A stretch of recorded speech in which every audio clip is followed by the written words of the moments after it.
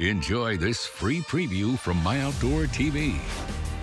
With the largest library of outdoor shows, we're the home of the adventurous, the champions, the legends. MyOutdoorTV. Try us free. Hey, I'm out here with my good buddy, Ross Grothy. Ross recently transplanted to the great state of North Dakota.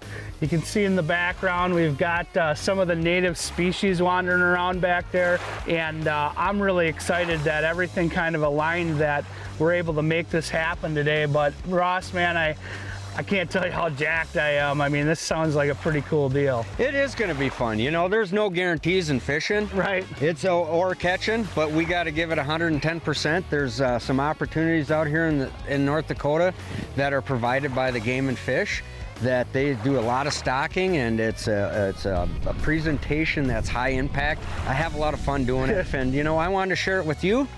Well, and the great people out there that are supporting our program. Well, you know what? I have a feeling we're about to show you the next bite.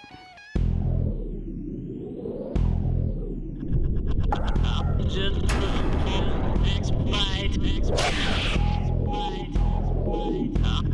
looking for the next bite.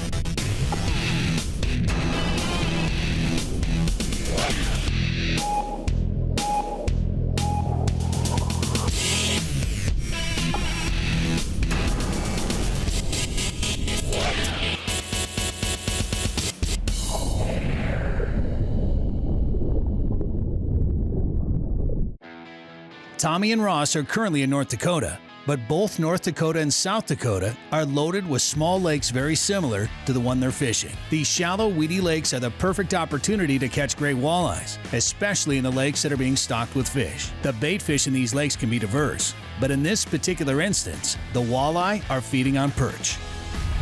Boy, does that thing look like that crankbait though. A little perch pattern. matching the hatch.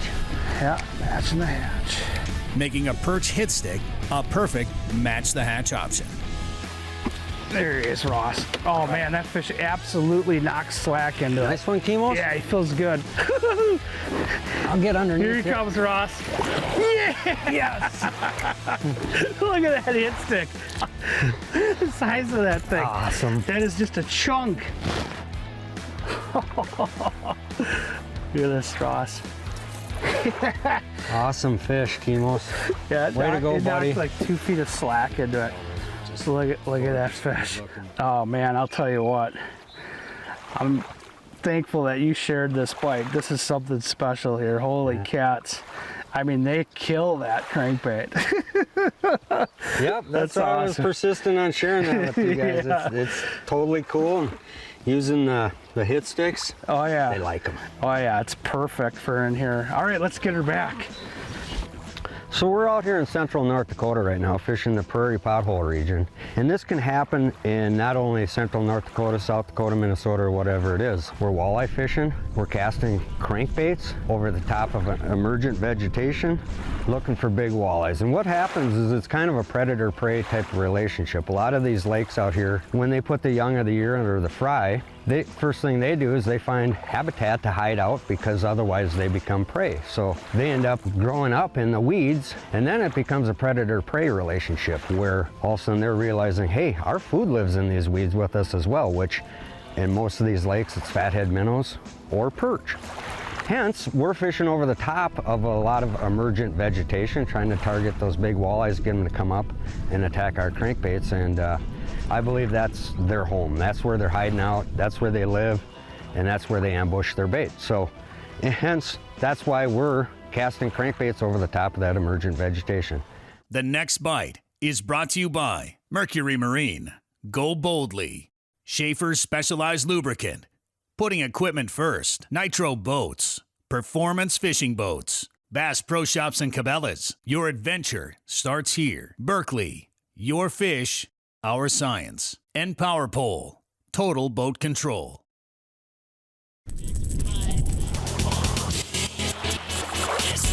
Closed captioning for the next bite is provided by Precision Trolling Data, the authority for crankbait diving depth information.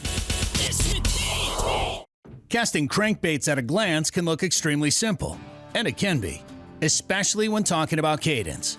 In general, it's just a straight reel, and occasionally a pause or twitch. Oftentimes, you can feel a walleye push the bait. Ross explained in those instances he likes to pause his reeling, and often that can entice a bite. Besides cadence, the rest of the setup is extremely simple, but there are a few things you can do to increase your fish catching odds. So in stickbait fishing, particularly in situations where you're fishing through and over the tops of vegetations, I like to use a medium light, extra fast rod. This particular one is a 6-foot 9-inch. The reason that I like that extra fast is that you want that little bit faster tip so that when you do hit the weed tops, you have the ability to rip that bait through the weeds and continue your presentation. Always like to use 8-pound fire line in this setup. But one thing that I do that I think makes a really big difference is that I'll always incorporate a fluorocarbon leader into the setup as well. The fluorocarbon does a couple things for you. It gives you great abrasion resistance, but it's also a little bit stiffer than your braided line. And what that does, I think it causes a few less situations where the bait flips up in the wind. Out here we're in the Dakotas, there's always wind. This is the setup that you want to go with when you're ripping stick baits through heavy vegetation. How's he feel? It feels better, Kimos. All right, I'm coming with the net. Oh yeah, that looks like a really nice fish, Ross. Oh yeah. Oh, these things are wild, eh? Here he comes. Got him! All right. Nice fish, Ross. That is a nice walleye. We'll get this out of the way here. Want me to get Yeah, it? you grab it, Ross. Nice fish, Ross. Oh. There we go. Nice fish, Ross. Yeah, that's a nice 20-inch fish. Was that on that outside edge or on the inside edge? Right on the outside edge, kind of coming up to that point there. Yep. A Sweet. little more vegetation in there. I think they're holding on that, and you know, that's the key to it. Yep. That Dropping vegetation. Dropping a little something that looks like a perch in front of them. they can't resist. Sweet. We'll see you another day. Nice job.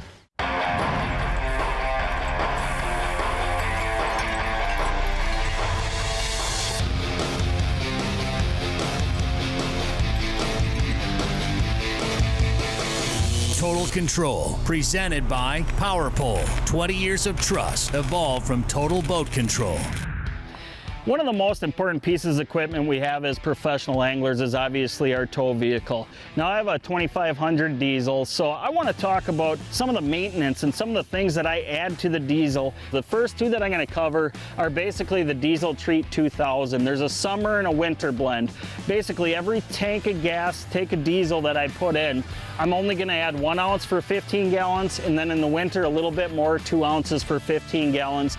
But what it does is it basically takes a number 2 diesel and upgrades it to a premium diesel. And then the winter blend also has preventative things for gelling, so you don't have to deal with that situation. Now another product that I carry with me in an emergency, and thankfully I've not had to use it yet, is Diesel Hotline. And that's going to be for a situation where if you actually do have gelling, can't get your truck started, that's going to remove the gelling, allow you to get your truck started, make sure you can get it to a spot where you can warm it up. So that's only for emergencies, but something that Schaefer's also provides you.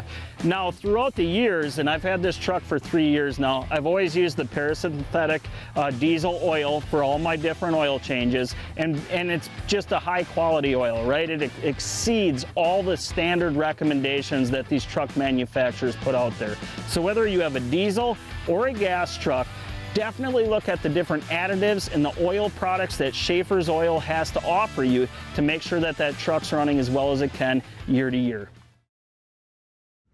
So today, Ross and I have been up on the front of the boat, casting crankbaits, covering water.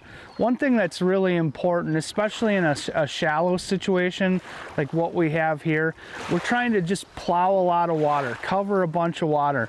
And one thing that's really important in doing so is I'm actually covering the water that's directly in front of the boat. So I'm on the outside of the boat and I'm casting straight ahead, trying to cover everything that the boat is moving into. Ross is on the inside and he's casting at a 45 and basically working that bait down along the inside edge. I'm covering the deep edge. Now this is really important because you don't want to be making the same cast. This water is fairly clear, and what we're trying to do is just work our way through and draw the fish in. So you want to kind of pay attention to your fishing buddy while you're moving along. So you always want to be covering fresh water.